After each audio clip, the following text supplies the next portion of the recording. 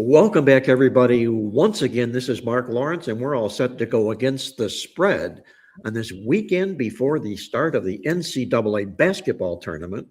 And with that, I want to make an announcement here that we're going to be doing 2 live shows next week. Mark this down on your schedule, if you will. Monday, we'll be doing our Against the Spread podcast, a live podcast on Monday at 8 p.m. Eastern here on our network. Also Tuesday, the Jim Feist Show, where he'll be also digging deep into the NCAA tournament card. That'll be live on Tuesday. So Monday and Tuesday, doubleheader live basketball shows here on the network here. Be sure to mark those down. And speaking of which, Jim Feist will not be joining us today. We'll let Jim go till he does his live podcast on Monday. But we do have resources galore on the show today, starting with Andy Iskoe from Las Vegas from TheLogicalApproach.com. Andy, how are you doing March Madness tournament-wise? Right now, it appears I'm doing better than Miami of Ohio is, and it wouldn't take – that's a very low bar to set right now because right now and I'm not watching it now live, but they're down by 3 in the final 8 seconds or so to UMass of all teams. And then maybe that line was a little bit suspicious. It actually got bet down, I think, from 7.5 to 6.5, but I'm doing well, but that is certainly a major upset. And as we were talking before we went on live, that could cost Miami, Ohio, an at-large bid, losing in the first round. As I remarked, had they lost, and of course the game's not over, but it's going to be very difficult right now. But had they lost, let's say, in the championship game to Akron, which was almost as good, I think they were 17-1 versus Miami's 18-0. Akron would have gotten the automatic bid, and they could have made a better case for Miami to get that at-large bid because of the weak non-conference strength of schedule. Well, let me hop over to my odds logic screen here and see if we've got an update, something a little bit more live as we're speaking here. It being an early start like this, it's kind of hard to find them. That game is over. It is over. Wow. Yeah. Did you pronounce them dead? Yes, 87-83. Wow. Yeah, I'm honestly, I think they're still getting in. I think that it would be such a black eye on the committee if they did not give an opportunity for a team to go undefeated in a decent mid-major during the regular season, especially this season more than ever, because we've talked about it the last few weeks. These are the worst bubble teams we've ever seen. And if you can't put an undefeated regular season mid-major team in now against these bubble teams, what is that saying? Well, you may never have a chance to do it again. Correct. Yeah. So and you have to give them credit for what they did too in the last few weeks. Now it could be a negative. They were in a lot of close games against inferior teams. I look at the opposite way. I look at it as you mentioned this last week, Andy. They were playing at the end of the season in the last few weeks. The teams they were playing, it was like their season, their game of the year, their game of the year, and that they were in these close games and they kept finding ways to win. That is not an easy thing to do in any conference. Yeah, it's to their credit. Yes. Yes. So they have to be rewarded that way, and I would be really, really shocked, not just disappointed, but shocked if they did not get them in this season. I would be too. In fact, I would really be remiss not to see them because, as you mentioned, Greg, they are well-deserved to be in the tournament. And it would be a little bit of a major letdown, I think, for basketball fans all across the country to see them be left out here as well. They deserve to be to be in this NCAA basketball tournament. And don't be surprised if they get in, they even pull an upset in the first round, obviously, depending upon who they draw. That would not be a surprise. I'm just trying to find a good win on their non-conference schedule. There isn't any. Well, Old Dominion at the start of the year, they were a decent team. But I'm trying to say they didn't even really play a lot of good teams. Look, looking 90. 90 on the this is the rankings here, the Pomeroy rankings, Ken Pom, 90. So that just shows you, again, this is all about scheduling. They just did not play a tough schedule at all, but still, you went undefeated. How many teams below the 90 are there, Greg, that look to be in the tournament that maybe High Point's in as a other than automatic qualifiers, right? None. None. You're not getting that. You have to be like, up here, 60, 70 maybe. At most, yeah. Yeah. Because remember, there are, I believe it's 31 31 conference champions and 37 at-large teams. Let's So see. 37 of those, and you got the teams like Long Island who This has might an be it right automatic here. bid. Central Florida, 52. Because they're still, Okay. especially because they were able to win that game late. Yeah, they're a bubble. They're a bubble team right now. Yeah, and I wish they were. A lot of people have them as a lock. But that's what makes it a hard case for Miami of Ohio if they're 90. Well, again, absolutely. I still think that they should throw those stats away. What would the dilemma be, guys, if Akron loses in the title game in the MAC tournament and they do not get into this tournament? Now, does Miami's case dissipate as well? Or do they put Miami in ahead of Akron? Miami bounces in the first round and Akron makes it to the championship game. You mean the automatic qualifier, whoever wins, I don't know, let's say it's Toledo or something like that, they would get the automatic bid, and that might be enough because Toledo probably doesn't rank very high either. So they would take just one team from the MAC and leave both Akron and Miami qualifier. Out? So, I think the one where we might see a mid-major, we could see both VCU and St. Louis get in from the Atlantic 10, especially if they meet in the championship game. I think my point being this, that Miami's hopes rest a lot on Akron and what Akron does. Yeah. To go in as a tag team member with them. But if Akron doesn't make cut the nets in their tournament, I think Miami stays home as well. I would say Miami right now is in the same situation as, for example, as Santa Clara. Yes. Yeah, It would definitely be better for Miami if Akron won, just because of the fact that would be a win from Miami beating Akron. Yes. So that gives nobody wants to say, oh, they beat Toledo. Who cares? But by beating Akron, at least with Akron getting in, they're going to be rooting for Akron for sure to win the championship. Yeah. So, well, Andy, you mentioned Santa Clara, and let's do a little bit this week what we did last week because we're right up against it with the game starting next week, and we talked about the last 4 bye teams. Or those are the teams that are the safest on the bubble that would avoid those first 4 play-in games. Right now, and they're arguable because it's just like beauty. Everybody has a different interpretation of it. But right now, from one of the major sites I looked at, showed NC State, Central Florida, Santa Clara, and Missouri. You mentioned Santa Clara, Andy. Do you feel that they're still safe on these last 4 bye teams? I think they are because – well, again, it comes down to St. Mary's and Santa Clara. And, of course, Santa Clara just beat St. Mary's head-to-head in the tournament after they split their regular season series. However, St. Mary's at the end of the year defeated Gonzaga, whereas Santa Clara went 1-1 against Gonzaga. So the thought is obviously Gonzaga's in. The question is, do they take St. Mary's or do they take Santa Clara? Now, Santa Clara was 2-1 against St. Mary's, but 0-2 against Gonzaga, and St. Mary's was 1-1 against Gonzaga. And so I think the committee might take a look at, and maybe Miami complicates things because maybe the committee would say, well, we'd like to get Miami in there because of the season, but it's kind of hard to justify it. But it may also be just as hard to justify 3 teams from the West Coast. And so if they left out Santa Clara, I suppose they could choose Santa Clara over St. Mary's. I don't think, because I think St. Mary's has the better resume. But you could possibly see them taking out. Let's, for argument's sake, say that St. Mary's is in.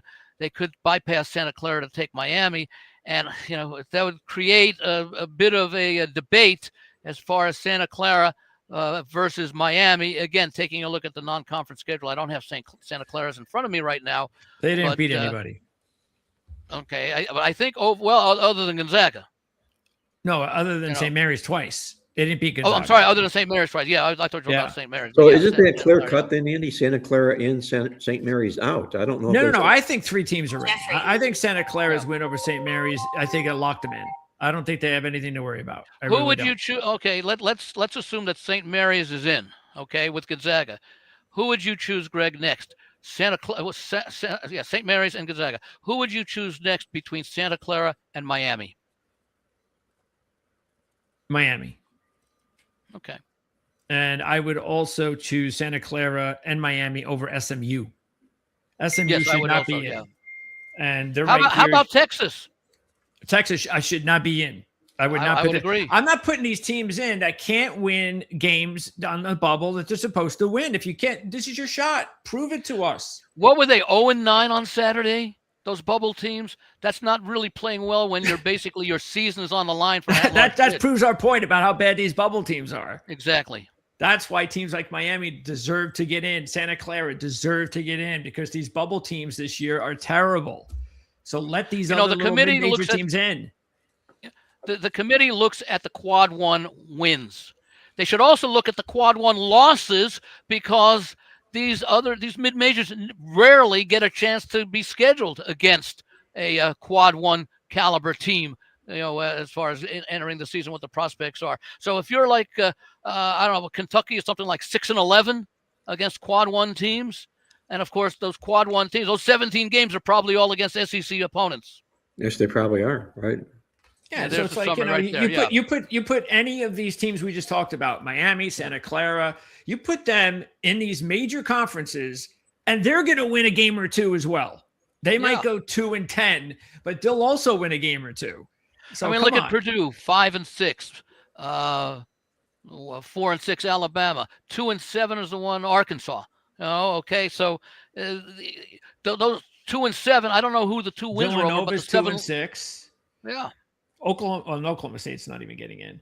Let's see who else is getting in. Well, Arizona State, Ohio State, 3-10. There you go. And they're playing Iowa right now, and Iowa's 1-8, and they're considered and they're both that's 1-8. Again, that's the quadrant plus. That's the quad one. Oh, quad. Okay, this is quad one right here, ones, yeah. And the super quad, whatever that stupid thing is. So anyway, yeah.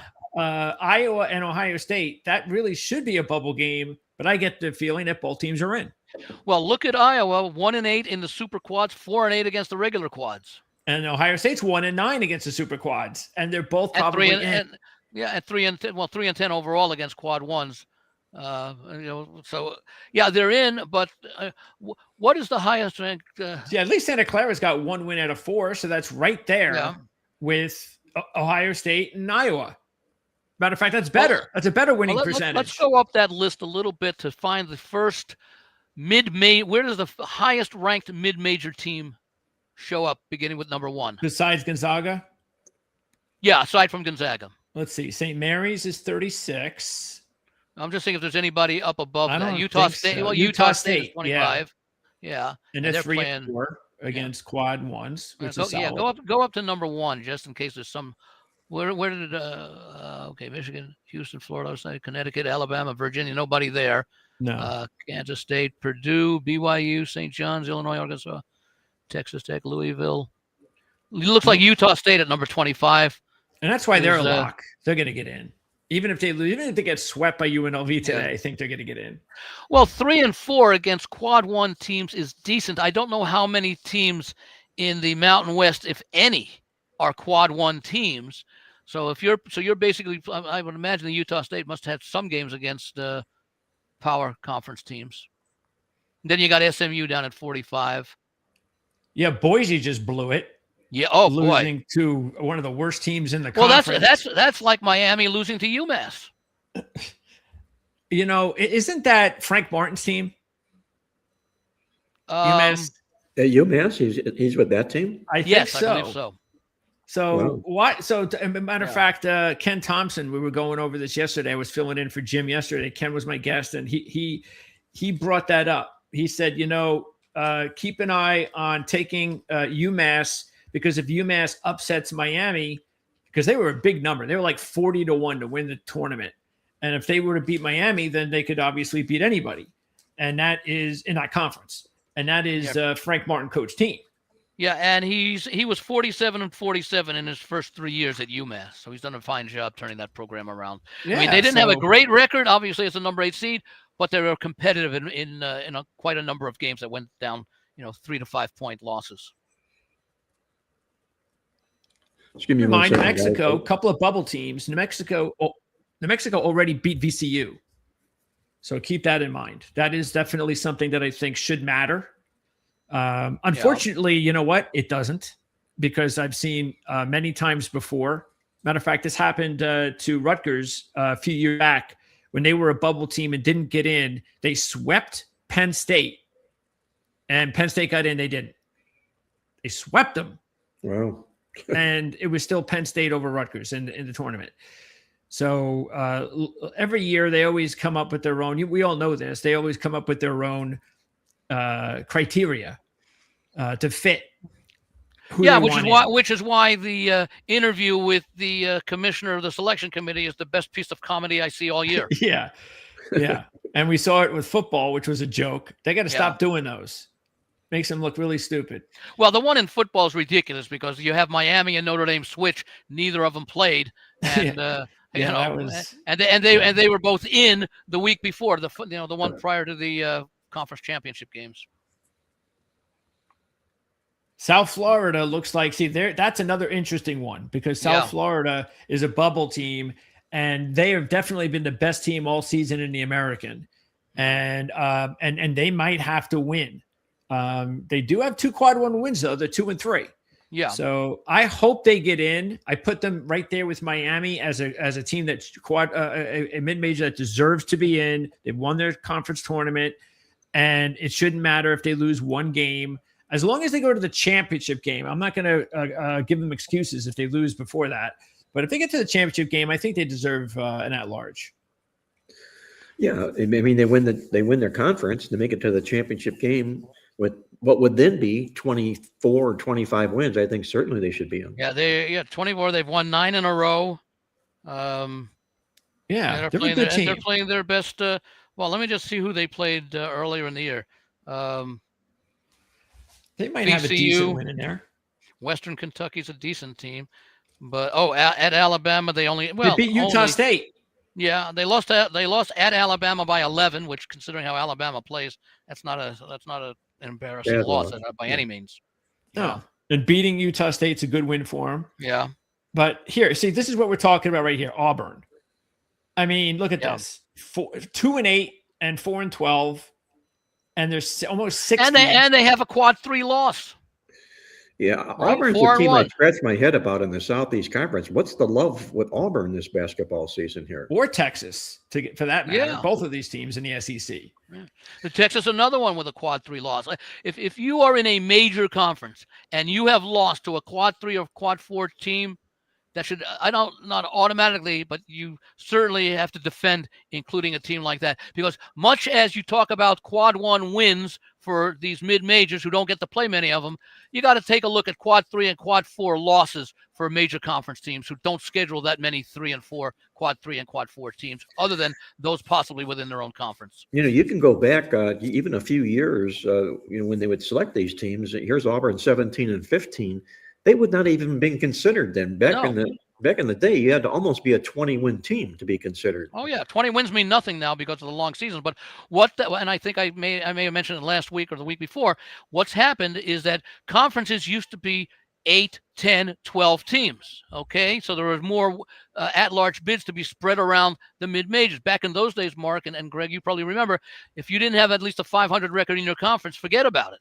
Okay. Well, now these major conferences are 12, 14, 16, 18 teams. So that's basically almost doubling in size. So more of the bids that used to go to mid-majors are now going to the, if the SEC used to have, let's say when they were 12 teams, let's say they had 7 teams with winning records. Well, now they've got 10 teams with winning records because there are, 8 or 9 more teams. Well, 4 or 5 more teams in the conference now. And so those teams that normally would have had 500 or lower records, because there are more teams in the conference, now have winning records so the committee can justify it. It's all about money. It always has been. It's always about getting the marquee programs in there. And it's almost like, and I hate to say it because I love the tournament the way it is, but it's almost like, why not have a tournament for the mid-majors, and why not have do what the committee would like to do and have only power conference teams in their tournament? Well, right now there's 9 teams in the Southeast Conference with 20 wins, and they all look to be pretty safe in my eyes. Texas is not one of them, though. Correct? No, they are not. They're sitting there right now with looks to be 18 wins on this losing streak. So the question to you guys is, if there's a 10th team that wins 20 games and it comes out of the Southeast Conference we're talking about, that 10th possible team could be running the table here in the tournament: Texas, Oklahoma, or Auburn. I would think right now, Oklahoma probably looks the best of the three, personally. Well, Texas is out. So Yes. Oklahoma's got Texas A&M today, I believe, which is another maybe must-win type of scenario for Texas A&M. I know some people believe they're in. Some people have them on the bubble. But that's a big game right there. You want to prove that you deserve to be in, beat Oklahoma. Because if they beat Oklahoma, they would definitely be in. But if they lose to them, then it's up to chance. And I'm not going to cry for them. Keep in mind, SMU started the season 12-2.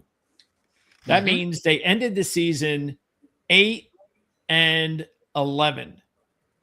their last. Most of that 12-2 games. start were against probably quad 3 and quad 4 teams, and yet conference. They're in the tournament. So yeah, and like you said, Mark, there's a lot of teams in Oklahoma. I think Oklahoma, though, they have a lot more work to do. They would have to win at least 2 more games. I'll tell you a team that Texas A&M. I'll tell you a team keep an eye on, because we saw it last night. Who did Texas lose to? Chris Beard. Yeah, well-coached team for sure. Yeah, Georgia's is, and the thing with Georgia is at least Georgia's in, and they've proven it. They've had a good run at the end of the season. They've done something most of these bubble teams haven't done lately, and that's win.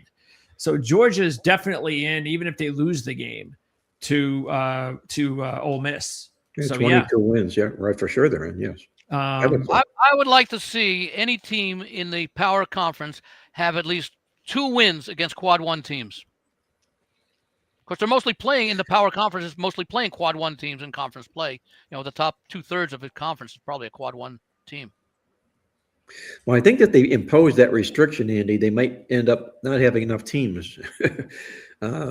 You know, I don't think they want to put themselves in that position, but I agree with you. Well, you can't have that. You cannot have that restriction for mid-major teams, because mid-major teams just can't schedule all the quad 1 teams that the SEC and the Big 10 and the Big 12 can. So I think there should be some restriction or requirement that these teams that play 16 games against quad 1 or even the super quad 1 teams, 10 games against them, should have a certain maybe a 500 record is a little bit too restrictive, but maybe you want to show at least 3 or 4 wins against the teams that you're going to likely have to beat. Remember, the teams that are likely to make the Final Four or expected to be the Final Four are generally quad 1 plus teams.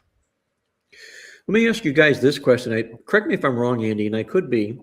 In the collapse of the mid-majors in the tournament last year, I believe it was only McNeese State that won the first round. I think everybody else. Drake? Yeah. Okay. Did they win last year? Yeah. McNeese was the 12-5 upset. I'm not sure what Drake was. Yeah, Drake and McNeese, I think they might have been the only 2 that won from mid-majors last year. Was Colorado State a mid-major? Oh, that's right. That's a tricky one. They win? They did win. Well, if you say they're not, then you have to put teams from the Big East in. Would you put the Big East in as a mid-major? No, I wouldn't. No. I think Mountain West has to be. They're like Power 4. Yeah, they're between mid-major and Power 4. I don't even know if you want to call it Power 4. If they're they're not a mid-major. I don't think so. So if they were a boxer, they'd be a middleweight, is what they'd be. Right? Yeah, pretty much. And that conference is still wide open, by the way. Yeah, when I take a look at some of the apps that I have that cover these things, normally they call the power majors are. Let me see here if I could find it here. Okay. Well, they're not showing it to me right now, but let me see here. Just a minute here. And then you've got, by the way, there's no championship games tonight. There's no championship games tomorrow.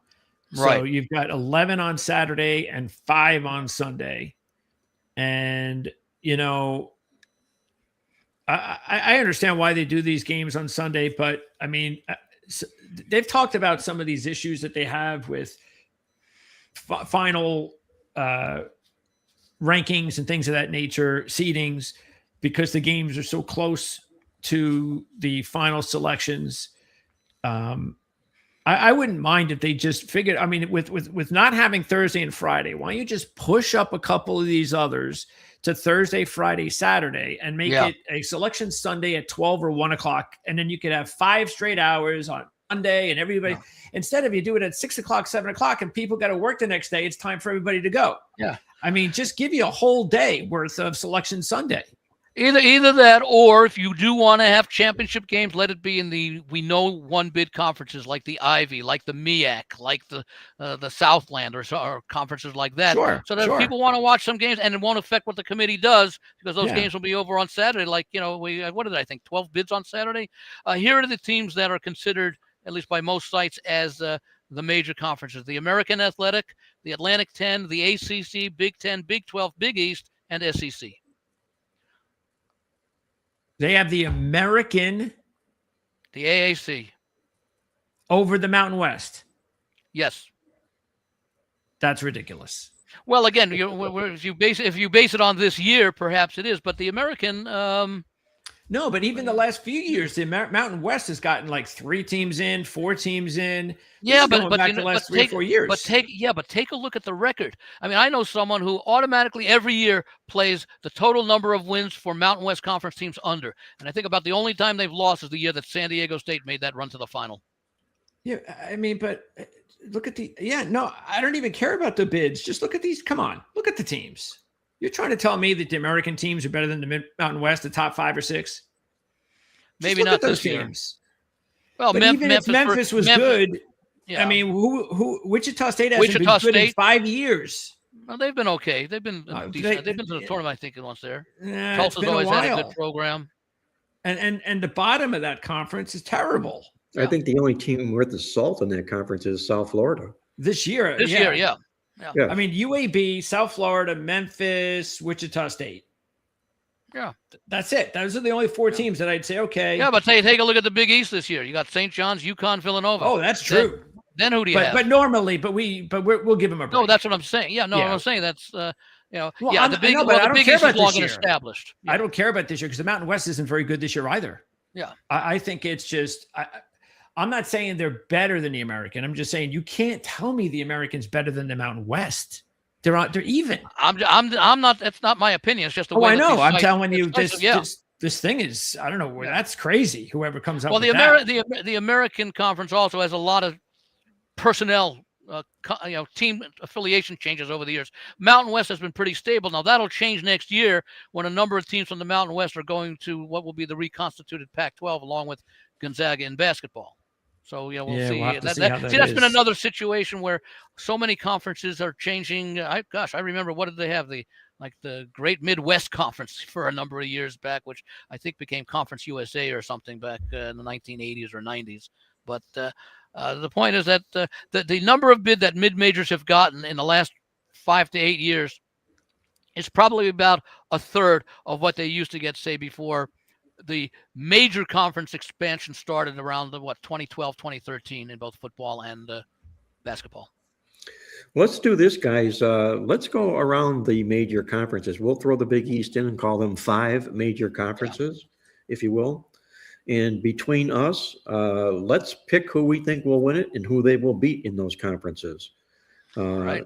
Andy, we'll start with you, and we'll do it alphabetically with the ACC.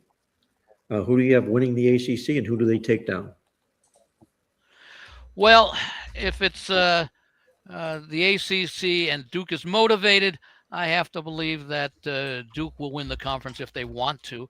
I've always been, I don't have the bracket in front of me for that conference, so I don't know what the other side of the bracket is. Carolina is the number 4 seed, so that would probably be a Duke-Carolina final, and I think Carolina plays or the number 3 seed in that conference. I'm not sure who that one is, because I know Virginia is number 2. So, Virginia, I guess they could meet in the conference final. So why not a Duke-Virginia rematch? Duke and Virginia. Greg, what do you see out of the ACC coming this year? By the way, if there's a long slide or a sleeper, how about Florida State? Well, I already put money on Florida State at 150-1 to win the conference tournament 2 days ago. And I actually love them tonight against Duke. I'm not sure if they'll pull off the upset, but 16 points, no way. You Duke's love them. You love them to the number, not to beat them, is what you're saying. Yeah, but I did put the money on them to win the conference at that big number because they have to just win one game. So if they can beat Duke, if they can pull it out, then they can win the championship because no other team, if they can beat Duke, no other team in this conference is going to be. The only concern would be, could it be a letdown in their next game? Well, they can't. They have a letdown. They're out. No, well, that's what I'm saying. But I mean, can they have? But it's you better not have a letdown. You have a letdown, guys. You're going home. Well, they understand that, but that doesn't mean that they can avoid a letdown. I think it's regular season, but in the postseason, I'd be surprised. You would like to think so, but we have. We'll worry about that worry about that tomorrow if they beat Duke. I don't think that's going to happen on Saturday. Well, no, I guess it would be tomorrow, right? Yeah. So I'm not worried. Yeah. And again, the whole reason is Duke is without 2 of their top 5 scorers. Duke is not a 7D double-digit team. They've got 5 guys that I think that average 6 points a game. 5. What's the status of those 2 players, Greg? Will they out? Be out for the rest of the year? Out for the tournament. Get out of here. Back for the final for the NCAA, but they're not playing any ACCs. So they're missing 2 of their top 5 players. And Florida State lost to Duke at home by 3 points, I think, 4 points in early January. And Florida State's playing their best basketball of the year. So I think this is going to be a real close game tonight. So that would be up my obvious sleeper. I agree with Andy on that one. You know what the problem is that the rest of these teams, I mean, I don't even know if you can qualify all these other teams as anything but contenders because they're all kind of the same. Louisville's without Mikal Brown. He's their best player. He's not going to be in the tournament. Yeah, Clemson, North Carolina, Virginia. I mean, all these teams are the same. I mean, there's nobody's better than the other. So that's why I'd rather just pick a long shot like Florida State because I think Florida State is just as good as any of these teams except Duke. So you've got Duke and Florida State playing for the ACC title? No, they're playing tonight. No. Fortunately or fortunately, they're playing tonight. Yeah. So the winner of this game is who you're going to have. There you go. I'll say that. Yes, the winner of this game will. Yeah, we can use that Cliff Notes version. Good. Yeah. I'm gonna cast a vote for North Carolina to play in the championship game against Duke. If for no other reason they recruit, or I should say now today they buy players as well any other teams do. But, you know, people are poo-pooing this basketball team. And you go back and you look, I think they've won, correct me if I'm wrong here, Andy, like 11 of the last 13 games. They're not playing bad basketball at all. And it's they're without their best player. And I think that's the reason why they're being poo-pooed. Yeah. Well, yeah, but they've been winning without him. Yes. He's been, about 6-7 games now? Yeah. Look, I agree, but I don't know. To win a tournament without your best player, it's a good call because they're not a favorite. They probably 10, 12 to 1 to win the tournament, something like that. I think Virginia's the second choice, 8 to 1. Where does Ken Palm rank them? Do you have that there, Greg? Can you bring that up for North Carolina? North Carolina? Yeah. 31. 31. Okay. So they would have been a dangerous tournament team, but without Caleb Wilson, they're not going to go very far. It's like Texas Tech, and Texas Tech's even better than North Carolina without their top player. Well, they've been playing longer with Carolina's 7-3 in their last 10. 7-3. Yeah, and of those 7 wins, well, they lost to Duke. The wins were against Clemson, Virginia Tech, Louisville, Syracuse. Lost at NC State. That was, I think, the first game without Wilson. They got blown out. They won against Pitt, and the previous loss was to Miami. That followed right after their upset win over Duke. Again, it's as good as a pick as any of them. They're all. I mean, I think the bracket. Look, I think they do play Duke after.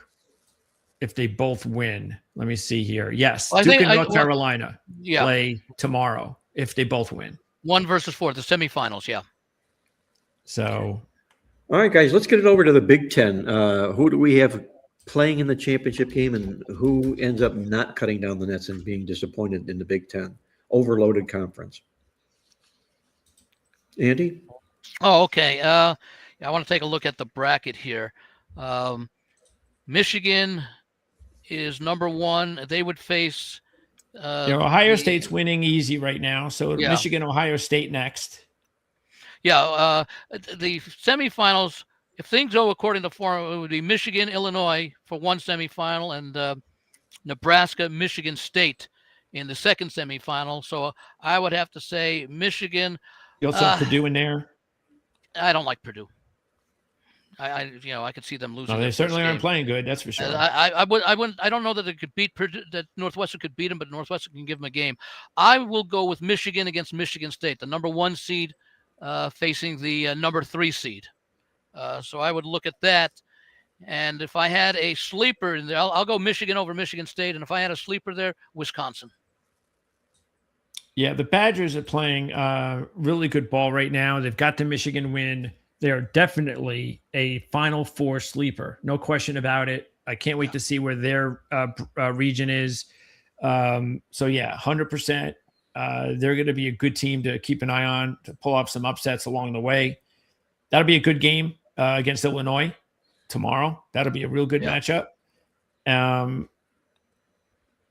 think if I had a sleeper, it'd probably be UCLA and Wisconsin, like you said. So maybe one on each side. But I see where you're going at with Michigan State, because Michigan State sure looks like they're playing as good as they played all season.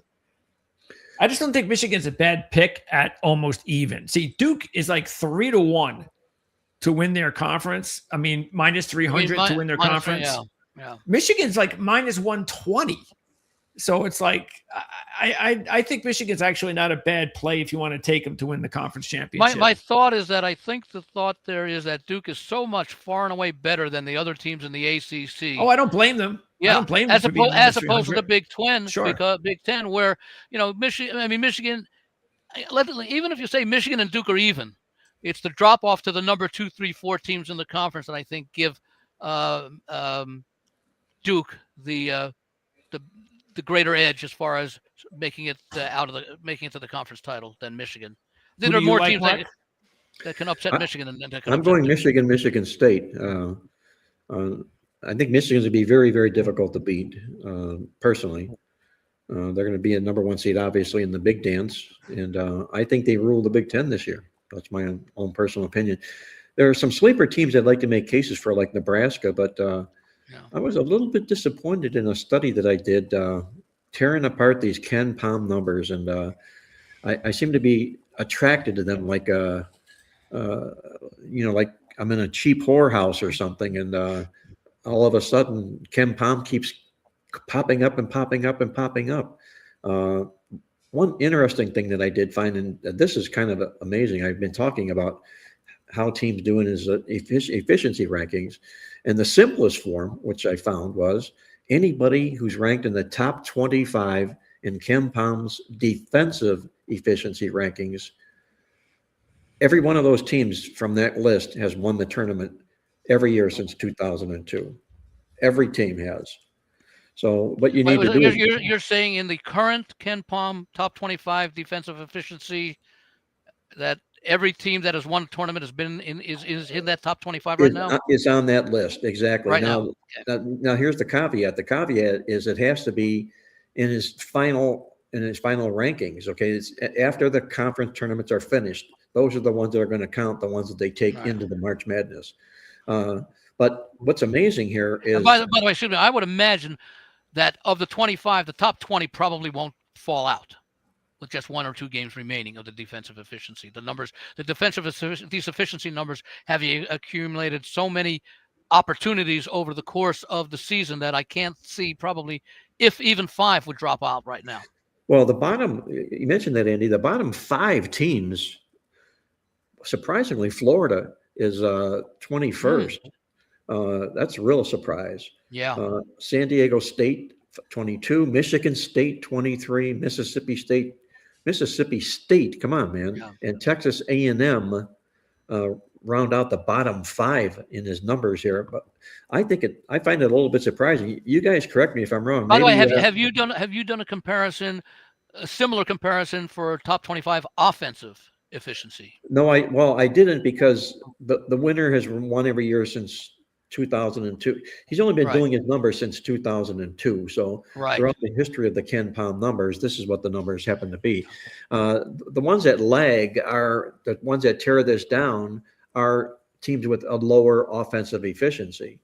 But teams like Michigan, you're going to find them in the top 5 in offensive efficiency. But I'm a little bit surprised to find some of these teams inside this top 25 list. Some of the teams I'm a little bit surprised about is where is Virginia? They're not there. Where is Nebraska? They're not there. Where is St. John's? They're not there. Arkansas is not there. Even North Carolina is not there. So, what do these teams have to do to crack this list? Nebraska, Virginia, St. John, Arkansas, maybe even North Carolina. They got to throw a shutout. one of them might have to throw a no-hitter. Yeah, exactly. Exactly right. But a little bit head scratching to surprise, not to find St. John's in that list. Even Virginia's played some pretty good basketball, and Nebraska's got won a lot of people over this year, but they're nowhere to be seen here as well. So keep that list in mind there. Duke number 1, Arizona 2, Houston 3, and Tennessee number 4. Where's Michigan on that list? Number 6. Number 6. Okay. Michigan's number 6. In fact, I'll round out the top 10. Number 5 is Iowa State. Number 6 is Michigan. 7 is Auburn. 8, Texas Tech. 9, UConn, and 10, Purdue, who is fastly sinking. I don't think they'll be in the top 10 by the end of the season, or by the time the tournament gets there, unless they do something in this tournament that they haven't done most of the year, and that's play well. Is this the one here you're talking about, adjusted defensive efficiency? Who do you show number 10 on that list there? Gonzaga on the adjusted. Yes, correct. Yeah. Is that the right list? No, the list I got was I updated this morning. So this is it though. Ken Palm defense. Ken Palm adjusted defensive efficiencies. Defensive efficiency. Adjusted, yeah. Adjusted, right. Adjusted, yeah. So this is it. Yeah. Where is Gonzaga on yours? Gonzaga on the one that I have. Schedule. Yeah. Gonzaga is number 11. Oh, so it's probably maybe because this is 10 here. So they've got 93.9 for their ratings for Gonzaga. I have a question for both of you. Let's assume Duke, Michigan, Arizona, Florida are the 4 number 1 seeds. Question number 1. There's going to be a proposition up there of will the tournament be won by one of the teams seeded number 1? So you've got those 4 teams against the field. A, what would you price that proposition at? And B, what side would you bet of that proposition? Who are the 4 teams, Andy? Duke, Arizona, Michigan, and Florida. Florida, okay. Number 1 seeds. So what's the question? So another, based upon what we saw last year, I would not expect 4 number 1 seeds to make the Final Four.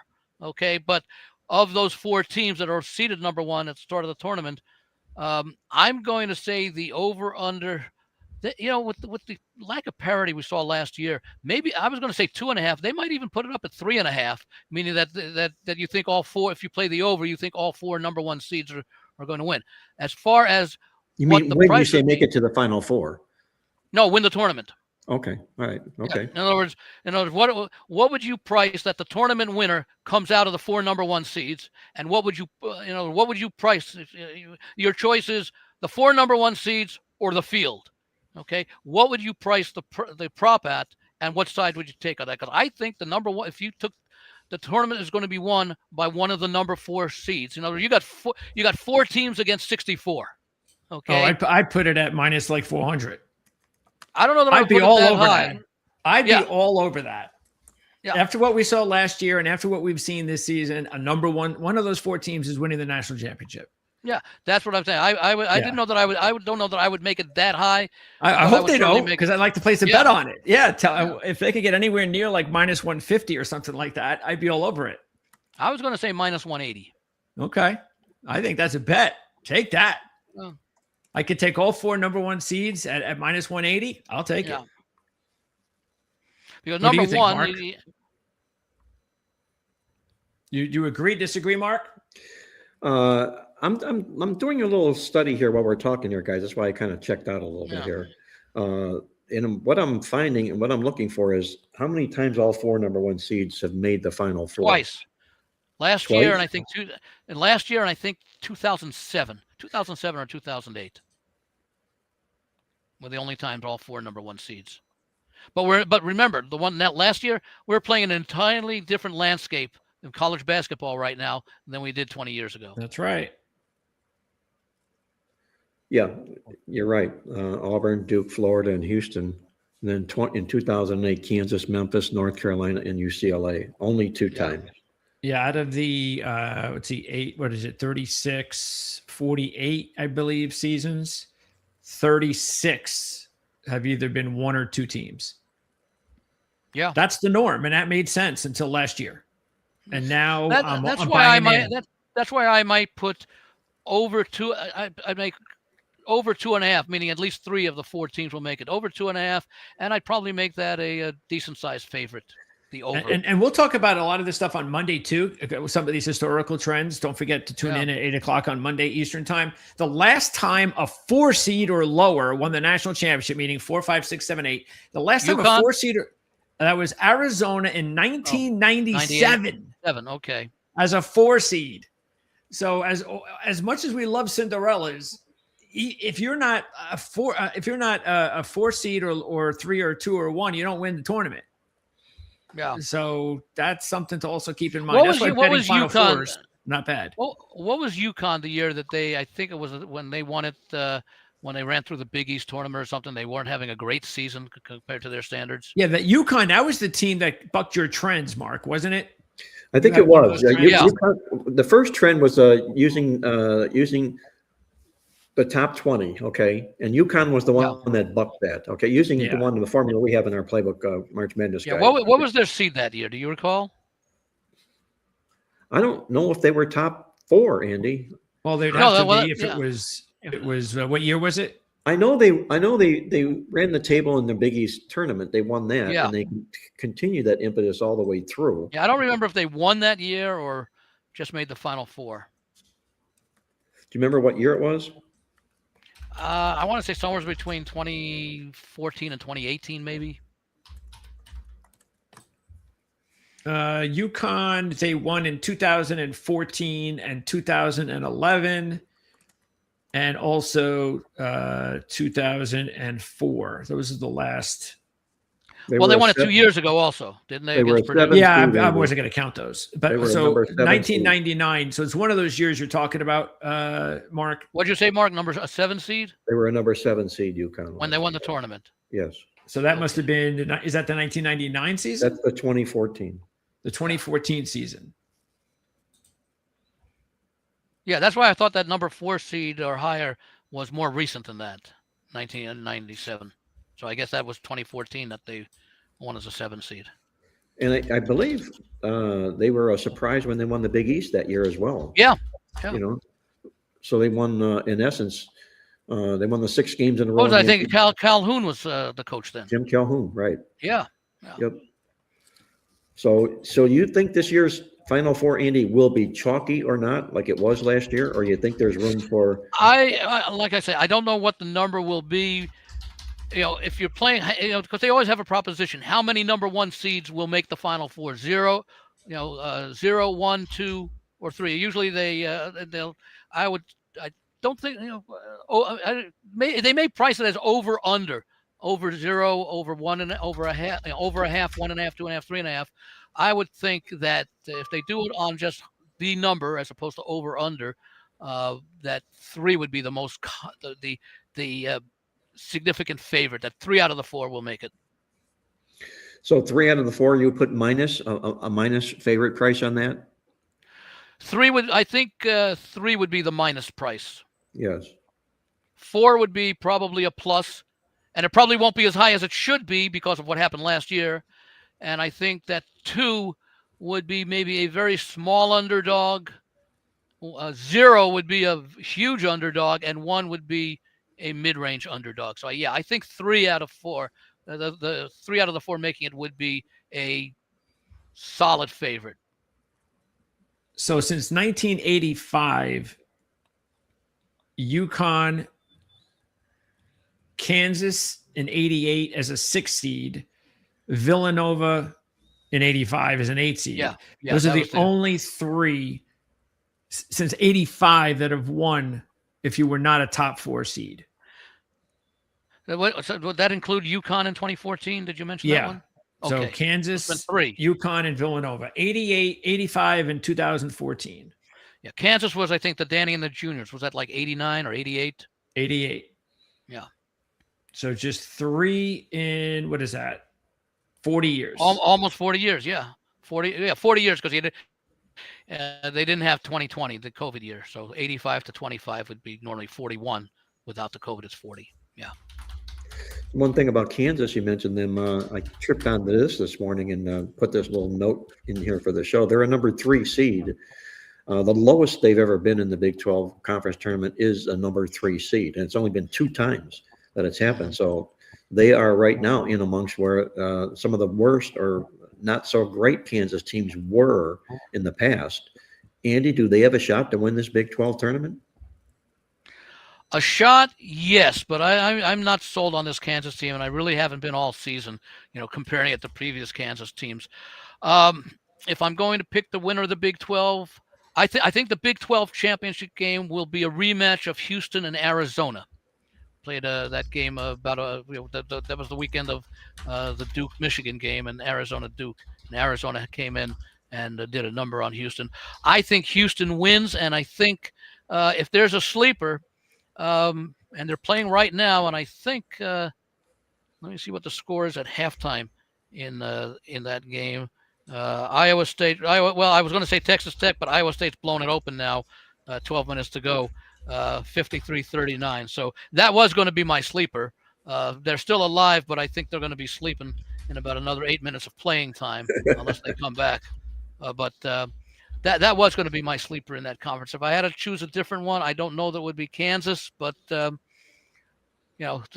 really I really don't see a sleeper in that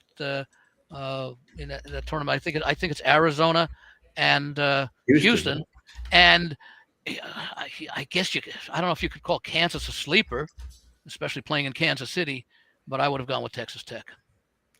Hey, Greg, Trend Trackers asked a question here, and I'm going to run this at you. He wants to know our thoughts on whether the NIL or the transfer portal has contributed to number 1, 2, 3, and 4 seeds, accounting for 12 of the Sweet 16 teams in the last 2 years. Do you think it's the transfer portal and the NIL? Both? If the question is, has the NIL and the transfer portal contributed to the top 4 seeds accounting for 12 of this? Yeah, I mean, that seems like too easy of an answer. Yeah, it seems almost apparent, doesn't it? Yeah. Let's rephrase the question for you, Greg. Which do you think has had the greater influence, the NIL or the portal transfer? Because I would say it's almost 50-50, because there's some relationship there. Because it's very similar. But I'd probably go with the portal just because it's just so nutty. But yeah, it's kind of, because really, if you think about it, the NIL came out first in a way, because the portal, like the rampant portal stuff, really hasn't happened until the last couple of years. Right, and the NCAA had to make the change to allow transfers. Immediately, yes. Great so that's increase why in the transfers. Yep. As opposed to the NIL, where it's just the NIL is a bidding war as to how much you're going to pay to your, let's say, your key players, and the portal transfers is how many you are unlimited in the number of key players that you can put on your roster. Yep. So definitely transfer portal. It's made things crazy, but that's life. Again, all you have to do is just look at every team. I mean, Michigan's the great example. I mean, the top 4 players are all transfer guys. Take them all out, and they'd be at the bottom of the Big Ten. So that's the way it is. And probably all of them might be gone next year. So, off to the NBA. Just Fab 5 2.0? Unfortunately, I don't think we're ever going to see that again. No. Just don't think that'll happen again. I mean, the NCAA has to do something to and we've talked about it before. I forget what show I did yesterday, but I said what they should do is and I think it's probably more in football than in basketball, but it could apply to basketball too. And that is, if you're allowed one free transfer, but if you want to transfer, let's say you transfer out after your freshman year. Okay, so you go from school A to school B. So now you're a sophomore at school B. If you then, after your sophomore year, you transfer, there are two options. Either you have to sit out a year and it doesn't count against your eligibility, or you now lose that extra year of eligibility, so that you go from being a sophomore to a senior, effectively. And I think that might stem wouldn't eliminate, stem the number of kids who transfer out, because they may not want to lose that year of eligibility. Okay, guys, we're going to wrap it up here because we're coming back, and I want to remind everybody that Monday, mark it down, Proline TV doing a live March Madness podcast, 8 p.m. Eastern. Tuesday, Proline TV, Jim Feist doing his handicapping show, of which he'll, I'm sure, burrow down deep into the NCAA tournament, probably have a guest or two on there as well. So mark those 2 times and those 2 shows down, if you will. Any closing thoughts, guys, before we wrap it up here? I'll give you one. We've gone an entire show and have not once until now mentioned the words NFL free agency. Well, and we could have probably done a show on that, Andy. Yes. Well, that'll be coming up. And we can do that show in 3 weeks. Yes, we can. Yes. After we have on the preview of the eve of the Masters.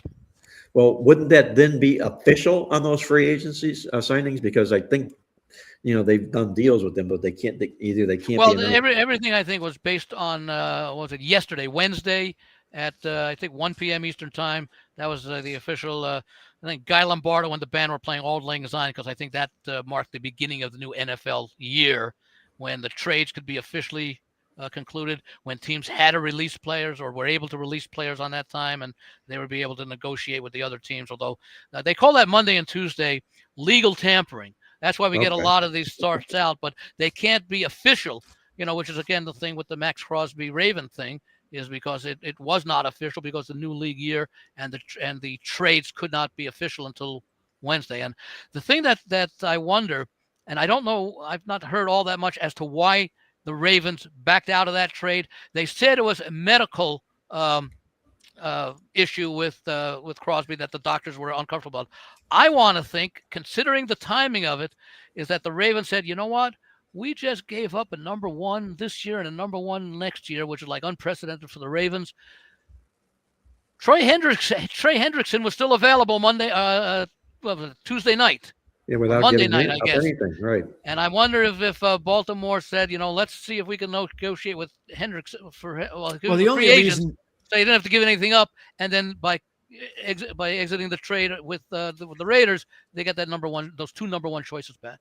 Yeah, the only reason that I don't think they would do that is because if they were actually caught, they'd be in a lot of trouble. Yeah. So they'd have to have proof. Take a look at his knee. You could see what I'm talking about. And there's been, you've seen the reports that this isn't the first time that the organization has nixed one of these deals before. Yeah. So you think the team doctors are going to be under scrutiny and have to show what they absolutely found? You can't just go, oh yeah, we trust him. He says no, so hey, right, show us the film. Let's talk to the doctor. If somebody says there's something suspicious, then the doctor's going to have to be we got to bring him in, get his proof, because you'll lose draft picks and stuff like that if you get caught screwing around with the league. Could Roger Goodell turn this whole thing back around when they find that his knee is okay, and then say that trade is back on and it's official? Max Crosby, a Raven? No, because it's not. I get why every doctor's different. There is no. It's not like you're going to the NFL doctor.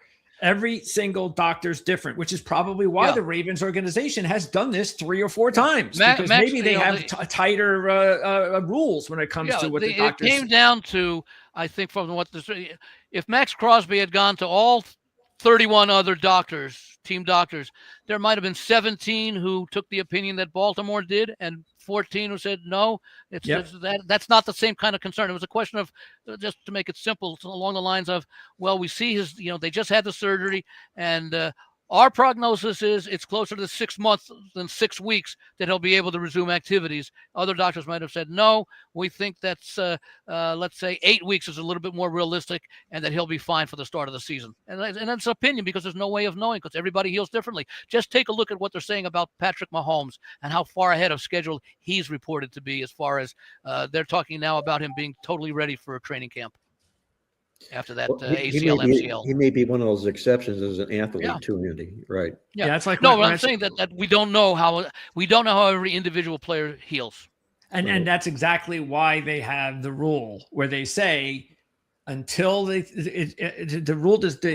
trade does not go through until the doctor passes the physical. And so that's the reason why it's 95% of the time that's okay. It goes through, but there are exceptions.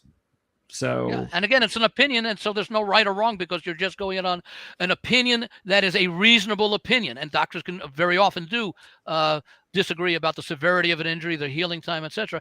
I hate being suspicious about it, but you did mention, Greg, that the Baltimore's been there before. They had remorse over trading 2 number 1 draft choices. Well, guys, we didn't mention any football until we closed out and talked about football. Oh boy, we have a whole lot more to do. Yes, we sure do. But remember, guys, we're going to come back Monday, 8 p.m. live for our Proline TV NCAA Tournament Primer Show. Tuesday, Jim Feist, 8 p.m. here on Proline TV for the Jim Feist Handicapping Show. Mark those down. And then we'll be back next Wednesday for the ATS podcast. We're going to move it up one day early in advance of the Thursday tip-off game. So same time, right? Same time Thursday or Wednesday, same time, 1 p.m. Eastern, 10 a.m. Pacific. So 3 days in a row, basketball, hoops, and basketball. So mark those down. And we're going to get out of here, guys. I'm going to thank you. I'll be visiting with you guys Monday, Tuesday, Wednesday. For Greg DePalma from Prime Sports Network, Andy Iskoe from TheLogicalApproach.com in Vegas, our good buddy Jim Feist, the legend himself, also in Vegas. Until Monday, this is Mark Lawrence reminding you to always remember to bet with your head, not over it.